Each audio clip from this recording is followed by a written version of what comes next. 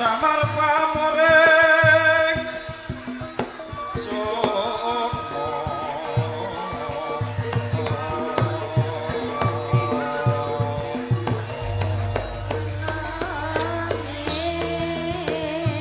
sinumaya dinayo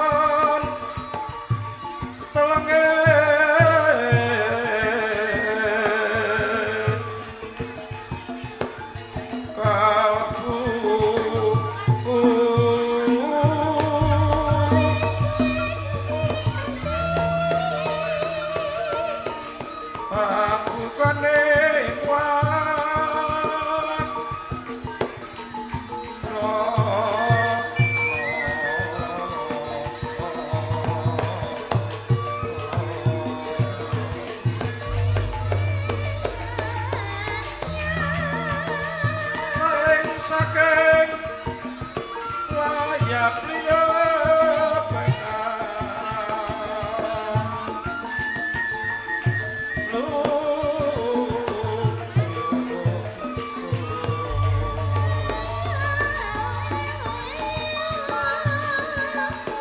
Injaba saking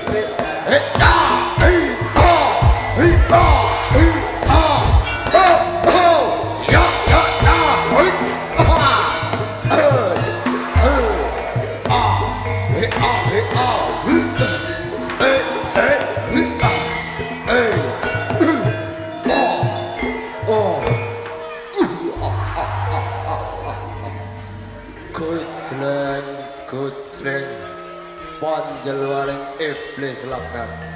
Hoi, menungso. Iki ora dudu papan panggonan wae. Ayo, aja ganggu-ganggu oleh papan durungku.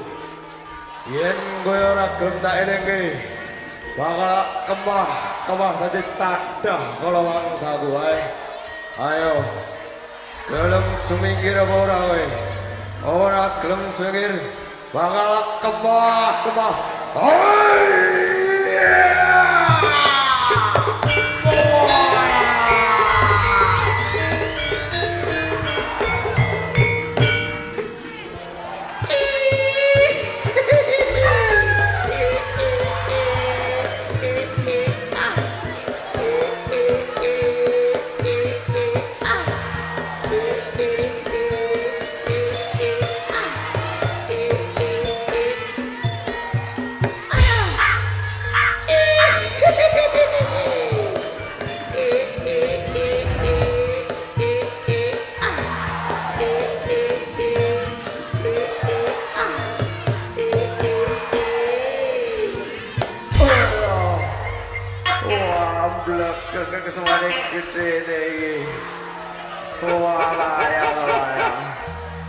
sing wani ganggu papan tunung ya monggo iki wes aku ganggu nek kowe cilu bah ora gelem cilu batala waduh bantinel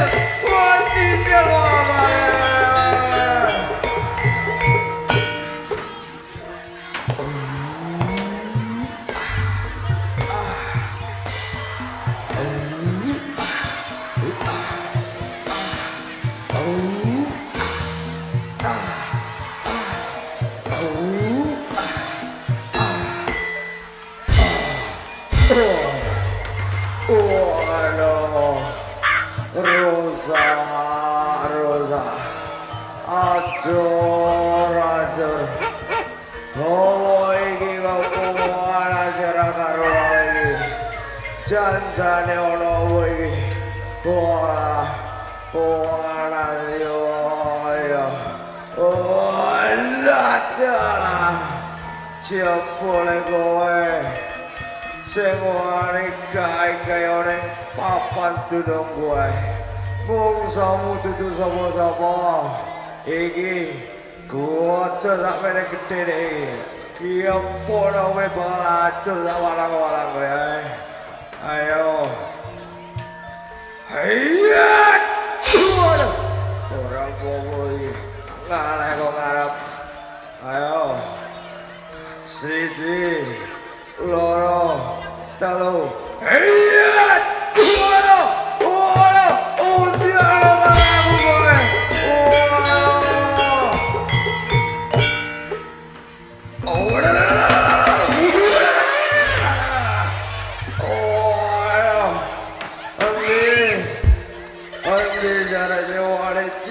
jajal karo adik gua andi menungsane ayo wah iki apa semene gede iki ayo mongsomu dudu adik gua iki mongsomu iki kangane iki wah pada kulo malah tukel karo petel iki gua ayo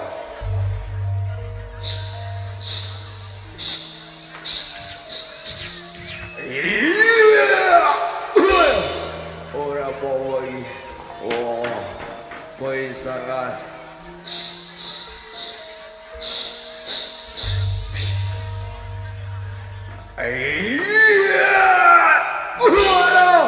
waduh aku kamu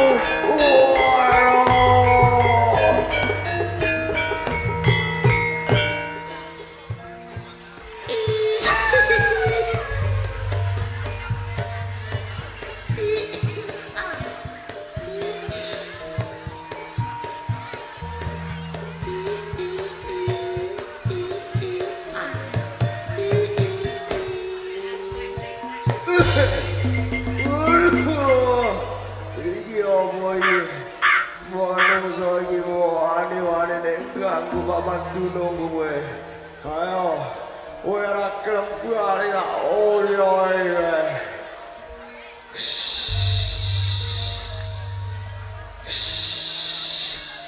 waduh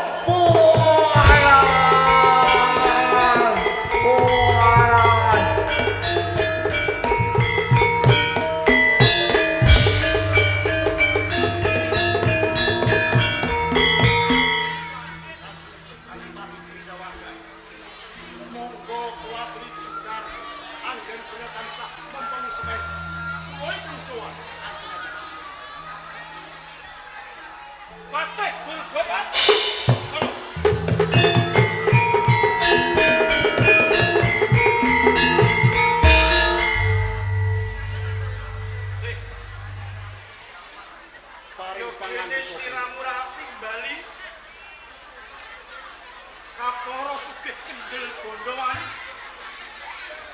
Swani digarke nggon kumpen semati apa wineh kula bukane nedong duka ingkang kathah Kanjeng Dipati menawi kula sampun ngarep suga situan trapsira satemah Komowani jugarat anggen penjamem pangsemeh Tuhunipun wonten wigatos ingkang badhe kula aturaken kunjuk ngersanipun Kanjeng Adipati Grindawardhana. Banjur apa wigatine teh? Katuran pirsa Kanjeng Adipati. Sedaya para nayaka Nara Kartining Praja kalebet para sentana miwah para manggalaning prajurit. Sedaya sampun sami makempal wonten ing pendhapi. Nanging kenging menapa Kanjeng Adipati Grindawardhana isinipun tansah minggah ing sangaring pamuja. Lajeng menapa ingkang dipun kersakaken Kanjeng Adipati? Apa sebabe aku nganti nengenake nggonku mengken spesi minta marang Gusti Kang Woh Agung.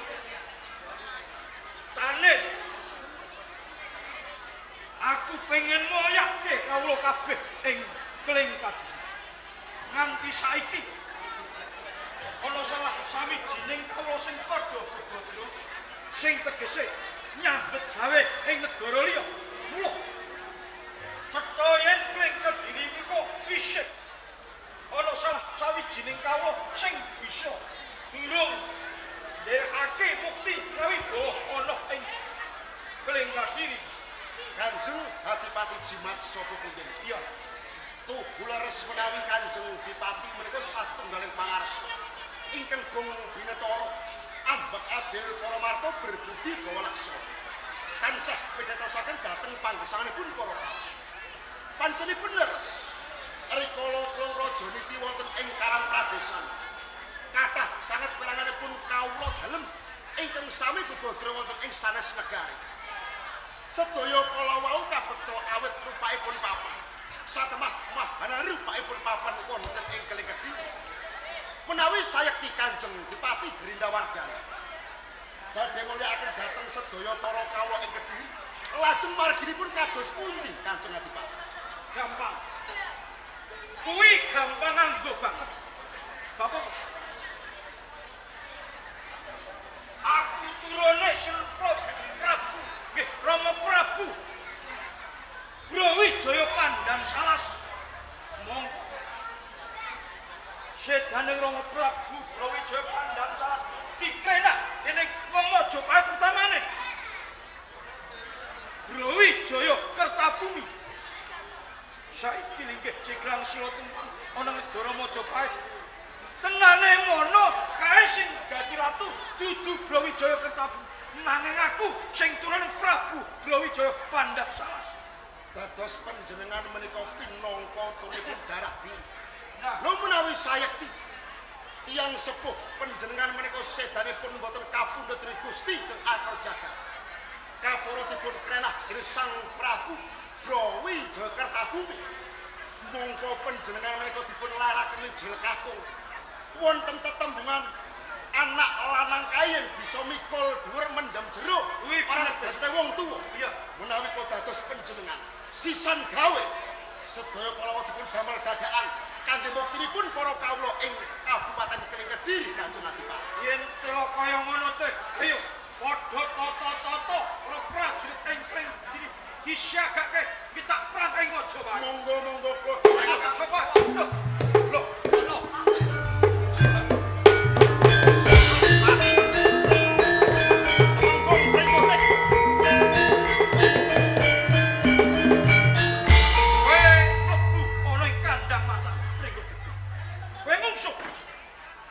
Nanging kowe sugih kendel Bondowani. Atase kowe mungsuh kok wani mlebu ana Klingket. Kanjeng Adipati, monggo kula kuring racut Bramantya panjenengan langkung rumiyin. Apa sarungke pusaka panjenengan? Sarungke pusakamu nanging aja nganti ninggalke kawaspadaan. Sandika dawuh Kanjeng. Kanjeng Adipati Grindawardhana, Pringgo Deda piye? ampun salah ing panapa. Menawi to anggen kula sowan wonten ing Klingket menika mujudake senopati Majapahit boten. Nanging banjur apa karepmu? Namung kula kepengin memitran kalian Kanjeng Adipati Grindawardhana.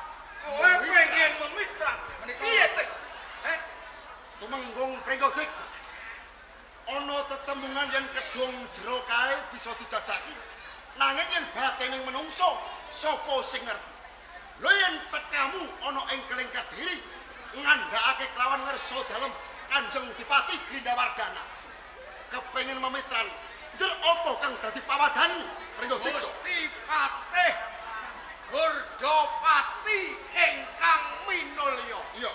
Pancen leres punapa ingkang dados atur panjenengan. Nek kedung jero kena dijajaki ning atine manungsa ora iso dijajaki. Yo kene kowe ngerti.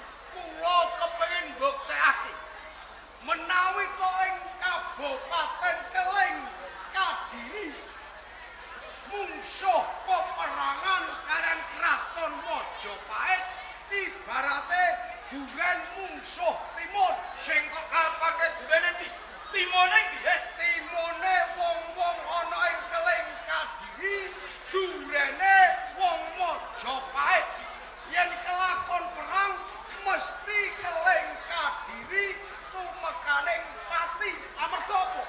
Keling Kadiri mung sak kabupaten. Majapahit kae negara kang gedhe. Andane bupati pamancat akeh kang nyengkuyung ing kraton Majapahit. Mula anggonku temeka ning Keling Kadiri, aku memitran kepengin nduduhake keringkihan Majapahit. Dadi cetane nggonmu teko ing Keling Kediri, kowe mung kepengin duduhake marang keringkan ing Kraton Majapahit. Temenggung Pringgotikto. Nggih, kula Gusti Patih. Tembungmu wiwitan hingga pungkasan. Ing semu ketok melok yen kowe ngasorake perangane prajurit ing Kabupaten Keling Kediri. Senajan to ing Keling Kediri kuwi mung sak kabupaten. Bedolan Kraton Majapahit. Nanging aku duwe kapitayan. Sauger ana manunggaling kaulan Gusti tetep bisa ngrubah kekawi ing Kraton Kejaba Majapahit. sangka kuwi Pringgotikto. Kanjeng Adipati Grindawardana. Nek pancen tekamu pengen manunggal lawan aku. Ing ngarep kowe kandha. Bisa duduhke keringkihan-keringkihan ing Kraton Majapahit. Banjur keringkihan ing Kraton Majapahit kuwi apa, Senopati Majapahit Uda Prenggo. Prajurit Majapahit andane Temenggung Kunda Prenggo. Rami menawi campuh perang antaraning Keling Kadiri lan Kraton Majapahit. Prajurit sing ndak ajokake ing tengahing palagan, prajurit sing bodho, prajurit sing ora ngerti perang, mengko bisa tupes tapis kang tanpa tilas karo prajurit Keling Kadiri. Dipikir digagas nganggo bathuk, nek mikir ampun ngangge dengkul. Kanjeng Adipati Grindawardana. Iya teh. Sareng kula menika mireng pangandikanipun Temenggung Pringgotikto. Rumaos kinarbuka raos sing manah kuwi. Jebul menawi dipun nalar kanthi permati, panjenipun menika leres. Menawi saya di Temenggung Pringgotikto, menika kepengin manungkul sarta memintran dhateng panjenengan. Mboten wonten awonipun menawi sedaya kala dipun cobi kangge ngetengalaken kados pundi kegiatan wonten ing Kraton Majapahit. Yen ngono ketok aja mung kandhek ana sak kedaling mati Pringgotikto. Mangbuktake nek kula cidra manghukum pati mawon.